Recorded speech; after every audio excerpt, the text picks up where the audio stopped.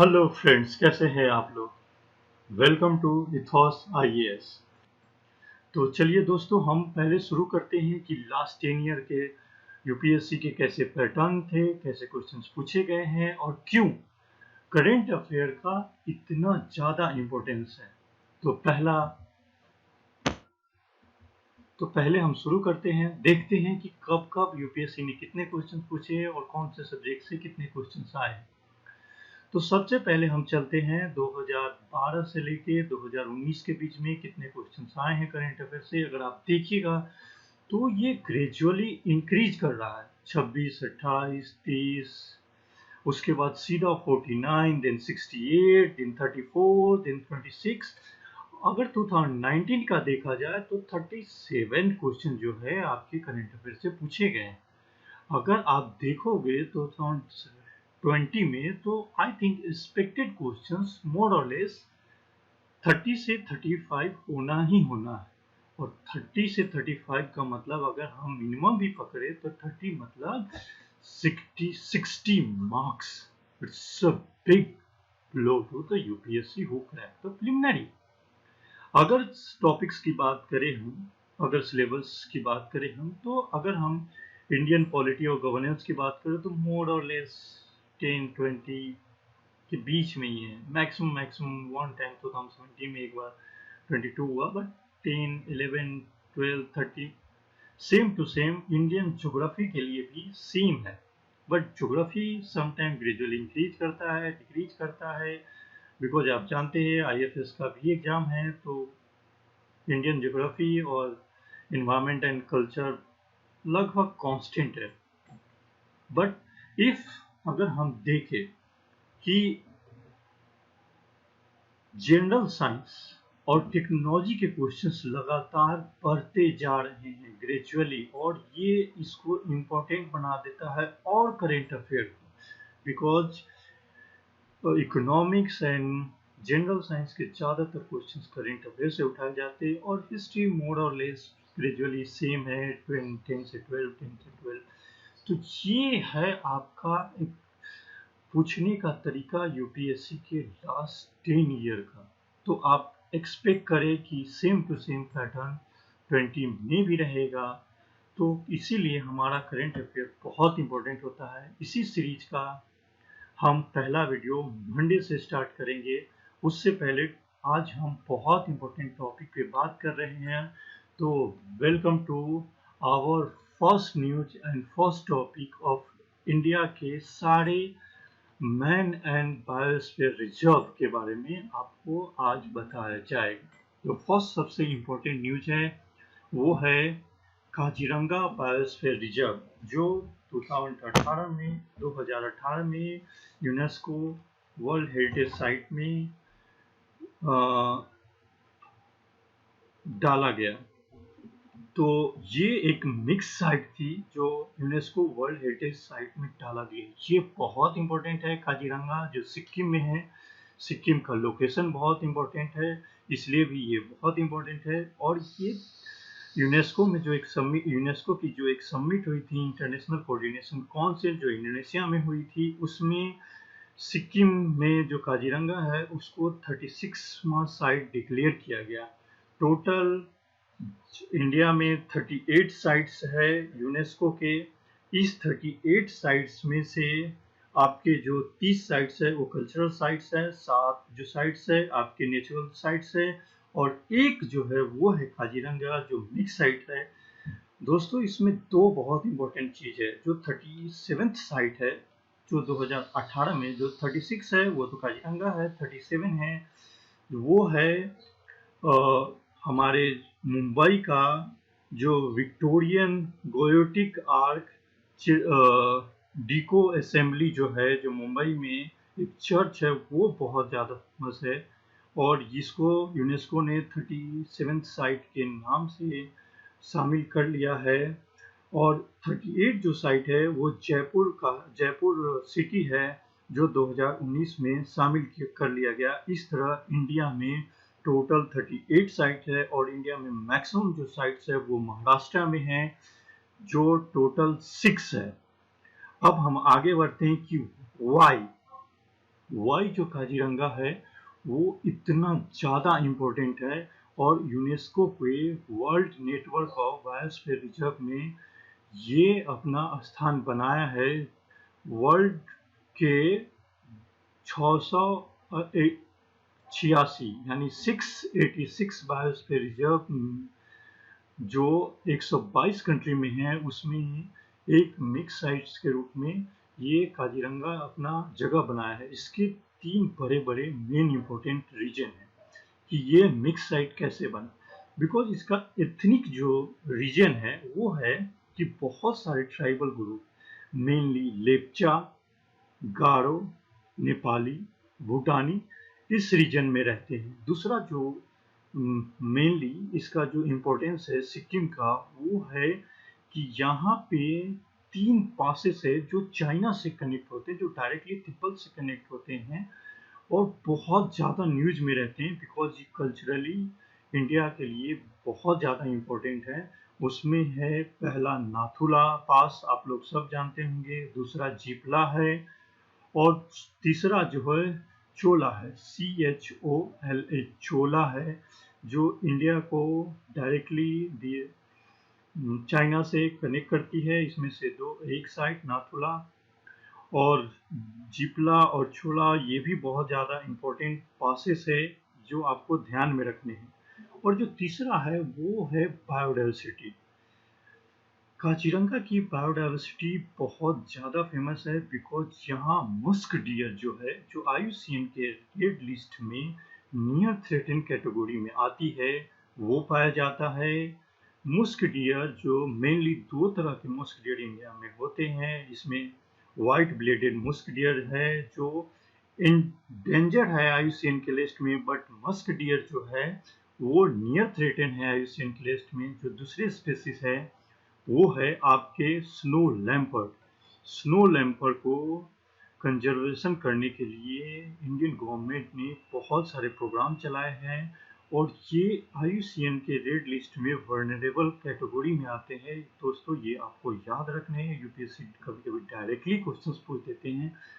उसका जो तीसरा जो मेन इम्पोर्टेंट स्पीसीज है जो इस रीजन में पाए जाते हैं वो है हिमालयन था। ये एक तरह का गॉट है, बकरी है, जो IUCN के रेड लिस्ट में नियर थ्रेटेन के कैटेगरी में आते हैं। और हम अगर IUCN की बात करें तो IUCN एक इंटरनेशनल NGO है। इसका फुल फॉर्म है international union for conservation of nature, जो 1948 में बनाई गई थी और इसका हेडक्वार्टर जो है वो आपका स्विट्जरलैंड में है, जो बहुत ज़्यादा इम्पोर्टेंट है इसका हेडक्वार्टर भी। और ये IUCN भी, बिकॉज IUCN यूनाइटेड नेशन का एक ऑब्जर्वर कैटेगरी में ये आता है। ये ऑब्जर्वर स्टाटस यूनाइटेड नेशन ने इसको दे रखा है on the purpose of conservation of wild life of the world. अब हम आते हैं तीसरा जो मेन फैक्टर है जो काजीरंगा को मिक्स साइट्स के लिए तैयार करता है, बिकॉज नेचुरली जो काजीरंगा है वो बहुत ज़्यादा इम्पोर्टेंट है क्योंकि काजीरंगा में 150 ग्लेशियल है और 73 जो है ग्लेशियल लेक्स है। और इसके जो सबसे फेमस ग्लेशियल है वो 26 किलोमीटर का जेमू ग्लेशियल है। आप लोग याद रखिएगा जेमू ग्लेशियल जो बहुत ज़्यादा इम्पोर्टेंट है आपके लिए। जेमू ग्लेशियल आते हैं यहाँ पे, जेमू ग्लेशियर जो बहुत ज़्यादा इम्पोर्टेंट है। अब हम आते हैं आगे, इसीलिए इसको मिक्स साइट्स की दर्जा दिया गया है। अब आते हैं हमारे यूनेस्को पे कि यूनेस्को जो है वो यूनेस्को अपना मैन एंड बायोस्फीयर रिजर्व जो लिस्ट है, जो इंडिया के 11 साइट्स को रिप्रेजेंट करते हैं।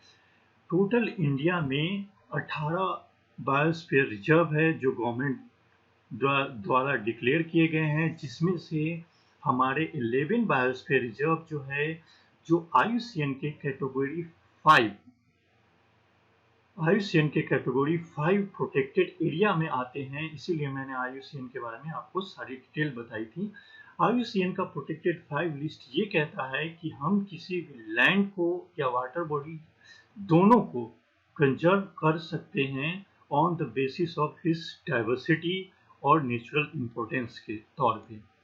अब हम आते हैं कि कौन कौन से इंडियन साइट्स है जो हमारे लिए बहुत ज़्यादा इम्पोर्टेंट है। हर साल इससे एक क्वेश्चन आते हैं, पिछले साल भी आए थे नीलगिरी से, कि नीलगिरी में कौन कौन से बायोस्फीयर रिजर्व है और कौन कौन से साइट्स हैं।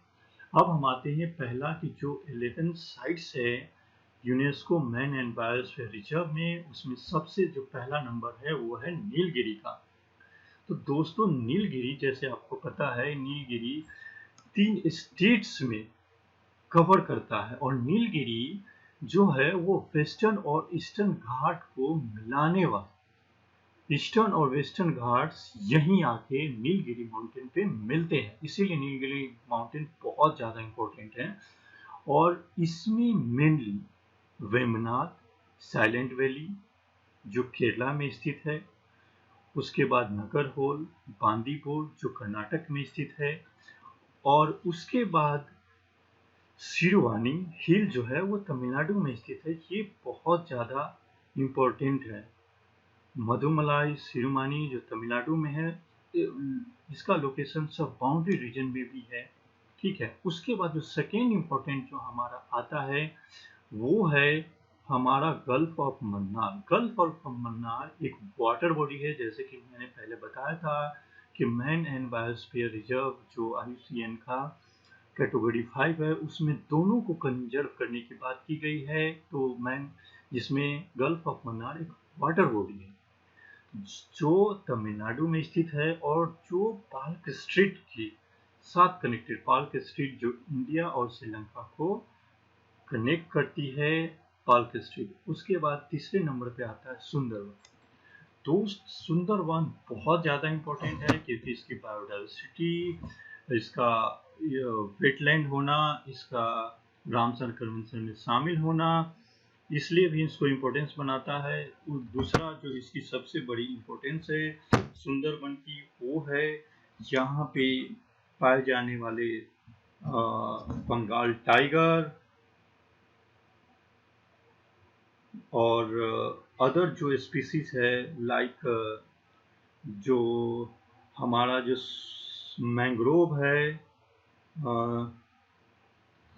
जो मैंग्रोव है वो साल्ट वाटर क्रोकोडाइल है, या फिर जो सुंदरी ट्री है जो मैंग्रोव है, वो बहुत ज़्यादा इस साइट को इम्पोर्टेंट बनाती है। अब उसके बाद हम आते हैं, सुंदरवन के बाद आते हैं चौथे नंबर पे हमारा है नंदा देवी। नंदा देवी दोस्तों आजकल बहुत ज़्यादा इम्पोर्टेंट है, नंदा देवी बायोस्फीयर रिजर्व, क्योंकि नंदा देवी जो है वो उत्तराखंड में स्थित है। और अभी जो हमारा जो टसल चल रहा है, जो हमारा लिपू पास पे जो इंडिया और चाइना और नेपाल के बीच में जो अभी टसल बाउंड्री चल रही है, इसीलिए नंदा देवी ये एक बायोस्फीयर रिजर्व है, ये उत्तराखंड में है। उसके बाद हम आते हैं नौकरी। जो नौकरिक है दोस्तों, ये गारो हिल मेघालय में स्थित है। उसके बाद है पंचमढ़ी। पंचमढ़ी और नौकरिक में बहुत सारे ट्राइबल, गारो, खासी, जयंतिया, यू नो दैट, कि यहाँ पे बहुत सारे ट्राइबल डाइवर्सिटी भी है। उसके बाद हम आते हैं पंचमढ़ी। पंचमढ़ी MP में बैतुल नेशनल पार्क जो है, बैतुल नेशनल पार्क पंचमढ़ी के अंदर है और नियर बाई है। और जो पंचमढ़ी है ये बैतुल नेशनल पार्क को कवर करती है। उसके बाद हम आते हैं सिमलीपाल, जो मेनली उड़ीसा का एक बहुत इम्पोर्टेंट साइट्स है, जिसके बीच से रिवर बैतरणी की ट्रिब्यूटरी जाती है, जहाँ पे इसके अंदर सिमलीपाल के अंदर 2 मुख्य वाइल्ड लाइफ सेंचुरी स्थित है। एक है हाडोंग वाइल्ड लाइफ सेंचुरी और दूसरा कुलधीहा वाइल्ड लाइफ सेंचुरी, जो बहुत ज़्यादा बर्ड सेंचुरी के लिए, मतलब बर्ड डाइवर्सिटी के लिए फेमस है। उसके बाद हम आते हैं अचानकमल अमरकंटक। ये मेनली 3 हिल्स, विंध्यास, सतपुड़ा और नैनीताल हिल, जो छत्तीसगढ़ और एमपी के बॉर्डर पे आती है, ये बहुत ज़्यादा इम्पोर्टेंट है क्योंकि यहाँ पे 3 हिल्स के मिडिल में ये है, मैकाल, विंध्यास एंड सतपुड़ा। उसके बाद आते हैं ग्रेट निकोबार। ये बहुत ज़्यादा इम्पोर्टेंट है बायोडाइवर्सिटी के लिए, आप जानते हैं। उसके बाद है अगस्त मलाई। अगस्त मलाई जो केरला और तमिलनाडु के बॉर्डर पे पाया जाता है। यहाँ पे नियार और पेपरा और सुंदई, ये वर्ल्ड लाइफ सेंचुरी है। ये 3 वर्ल्ड लाइफ सेंचुरी है जो इसके अंदर है। यूपीएससी कभी कभी पूछ देती है, बायोस्फीयर रिजर्व के अंदर के वर्ल्ड लाइफ सेंचुरी भी पूछ देती है, इसलिए आप इसको ध्यान रखेंगे। उसके बाद हम जो काजीरंगा, जो हम बहुत डिटेल में डिस्कस कर चुके हैं क्योंकि ये हमेशा न्यूज में रहता है। अब हम इसके बाद जो आते हैं वो है कोल्ड डेजर्ट। कोल्ड डेजर्ट दोस्तों, कोल्ड डेजर्ट से पहले हम आते हैं कि हम यहाँ पे आपको एक चीट कोड बता रहे हैं जो आपको बहुत ज़्यादा हेल्प करेगा इन सारे साइट्स को याद करने में। वो चीट कोड है NSG पास। NSG जिसका मेंबर इंडिया बन चुका है, जिसके बनने के लिए बहुत ज़्यादा कोशिश कर रहा है, बट हम इसको याद रखेंगे कैसे, N4SG पास। अब N4 का मतलब यहाँ पे, N4 जो आपको यहाँ दिख रहा है, इसका मतलब है N4, पीछे पीछे आते हैं बताते हैं। N4 नीलगिरी, एक या दूसरा N4 नंदा देवी, उसके बाद एक N का मतलब है नौकरिक, और एक N का मतलब है निकोबार। 4 N हो गए। एक N का मतलब है नीलगिरी, नौकरिक, नंदा देवी और निकोबार। उसके बाद हम आते हैं NSG। S का मतलब है यहाँ पे सुंदरवन, G का मतलब है हमारा गल्फ ऑफ मन्नार। अब हम आते हैं पास पे, PAAS।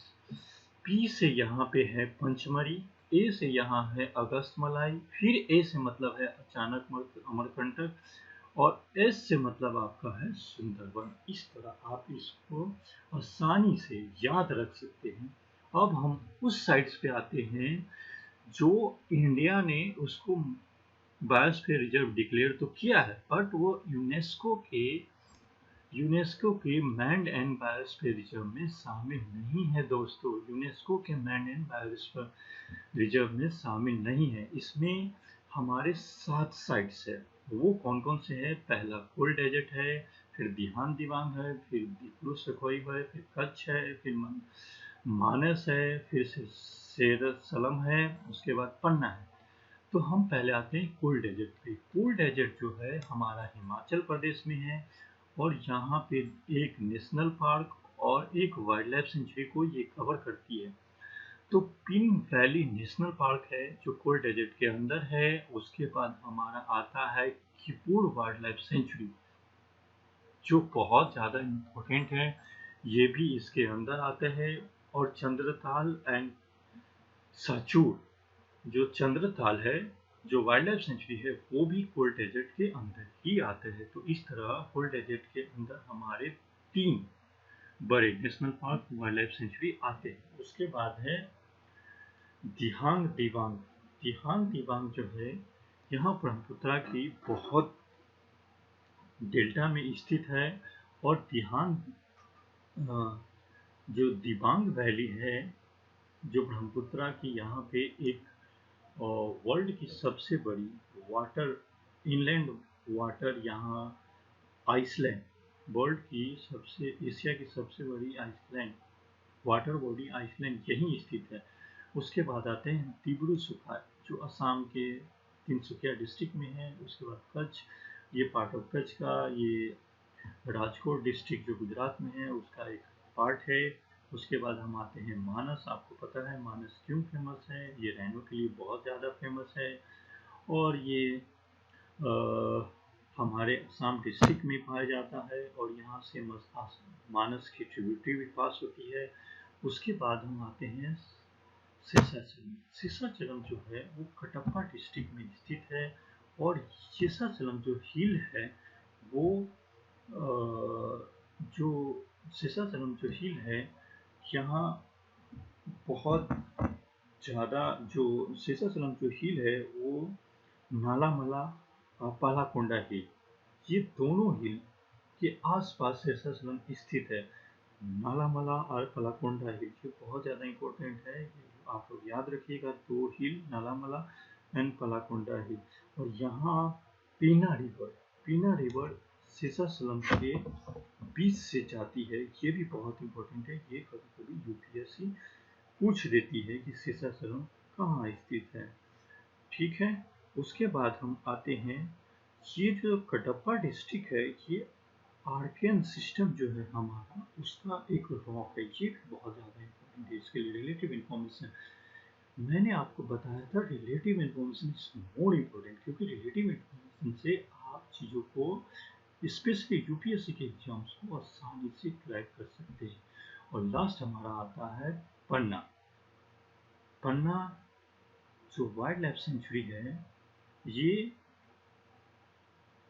जो है ये जो है एमपी में स्थित है, और छतरपुर डिस्ट्रिक्ट जो है एमपी के उसके आसपास है। अब हम आते हैं कि जो हमने पढ़ा है उसको हम मैप में देखते हैं, मैप से देखते हैं कि कैसे जो हमने पढ़ा है वो मैप में किस तरह से इम्पोर्टेंट रखता है।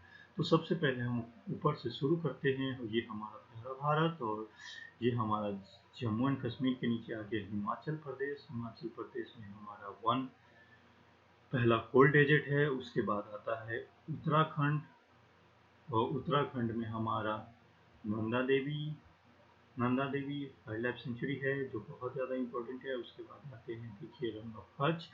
रन ऑफ कच्छ जो है ये इम्पोर्टेंट इसलिए है कि यहाँ पे आपको पता होगा कि वाइल्ड लाइफ ऐसा पाया जाता है जो ये एंडेमिक है, जो वर्ल्ड में कहीं नहीं पाया जाता, सिर्फ और सिर्फ यहीं पाया जाता है। दोस्तों, एंडेमिक का मतलब होता है जिसका नेचुरल हैबिटास एक जगह हो और वो कहीं और नहीं पाया जाता, नेचुरल हैबिटास हो। उसके उसके बाद हम आते हैं मध्य प्रदेश। मध्य प्रदेश में हमारा दो है, पंचमढ़ी और पन्ना।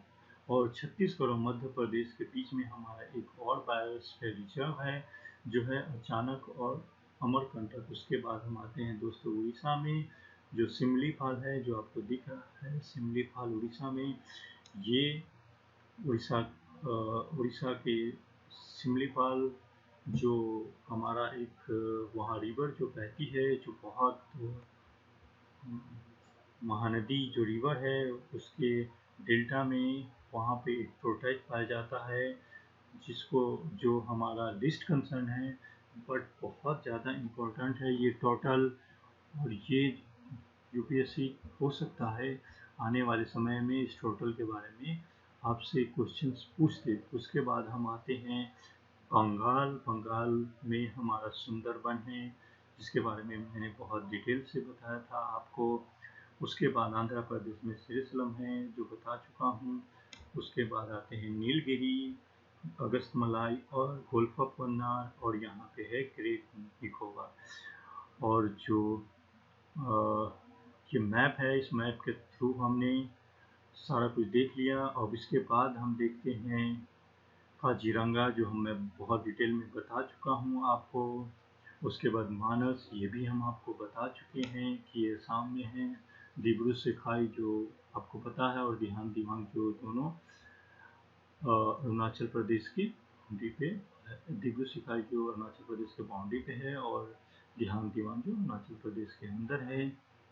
और इस तरह हमने मैप से भी सबको रिवाइज कर लिया। अब नेक्स्ट हम जाते हैं मैन एंड बायोस्फीयर रिजर्व, जो यूनेस्को है। ये कब शुरू की गई, क्यों शुरू की गई, और ये किसका पार्ट है? तो दोस्तों, जो मैन एंड बायोस्फीयर रिजर्व है ये इंटर गवर्नमेंट साइंटिफिक प्रोग्राम है, जिसमें हमें मैन और बायोडाइवर्सिटी यानी कि इन्वायरमेंट के रिलेशंस को साइंटिफिकली इस्टेब्लिश करने की बात की गई है और कैसे दोनों एक दूसरे के पूरक है और कैसे दोनों रिलेशन इस्टेब्लिश करके रहते हैं। और ये 1971 में ये इंटरनेशनल कोऑर्डिनेशन काउंसिल की बैठक हुई थी यूनेस्को की। इसमें मैन एंड बायोस्फीयर रिजर्व के लिस्ट की चर्चा की गई और वहाँ से world network of biosphere reserve निकल के आया, जिसमें वर्ल्ड की जितनी भी बायोस्फीयर रिजर्व जो man and biosphere diversity reserve में आते हैं उनको चिन्हित किया गया। अब आते हैं हम कि जो हमारा बायोडाइवर्सिटी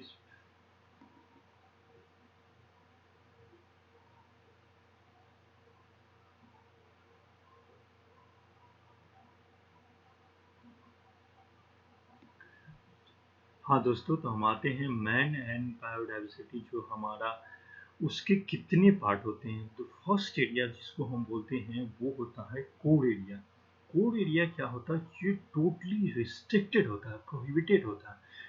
ये यहाँ पब्लिक को या किसी भी इंसान को या एंथ्रोपोजेनिक रिसर्च को अलाउ नहीं किया जाता। उसके बाहर होता है एक बफर जोन, यहाँ सिर्फ एजुकेशनली मॉनिटर रिसर्च इन चीज़ों को परमिशन देने दी जाती है। उसके बाद हम आते हैं ट्रांसमिशन जोन, ट्रांजिशन एरिया में क्या होता है दोस्तों? आप जानते हैं कि फॉरेस्ट राइट एक्ट में ट्राइबल को और कुछ स्पेशल कैटेगरी के लोगों को फॉरेस्ट के यूज को, सस्टेनेबल यूज को परमिशन दिया गया है। तो जो हमारा जो ट्रांजिशन एरिया होता है, जो बफर जोन के बाहर होता है, यहाँ पे ह्यूमन एक्टिविटी को थोड़ी छूट दी जाती है।